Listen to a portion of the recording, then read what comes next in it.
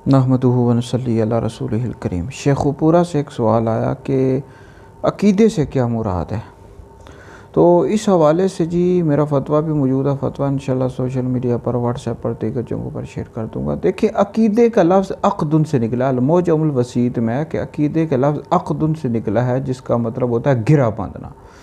और अक़ीदा ऐसे एतक़ाद को कहा जाता है जो इंसान किसी चीज़ के बारे में दिल में रखता है, और अक़ीदे को ईमान के मफ़हूम में भी लिया जाता है। अक़ीदे की शरई तारीफ़ यह है कि अल्लाह रब्बुल इज़्ज़त पर, उसके रसूलों पर, फ़रिश्तों पर, किताबों पर, यौम आखिरत पर, अच्छी बुरी तकदीर पर ईमान रखना।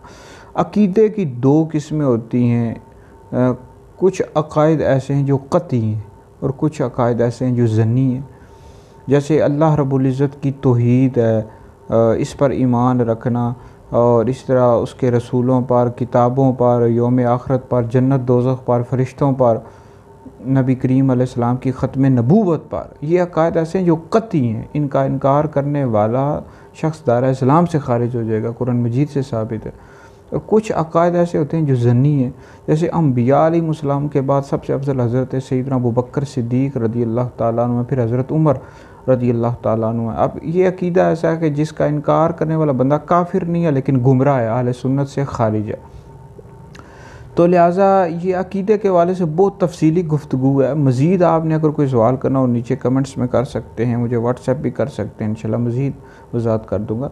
बहरहाल ये वीडियो सुनकर आगे भी शेयर कर दें, आपके लिए बहुत बड़ा सदका जारिया है।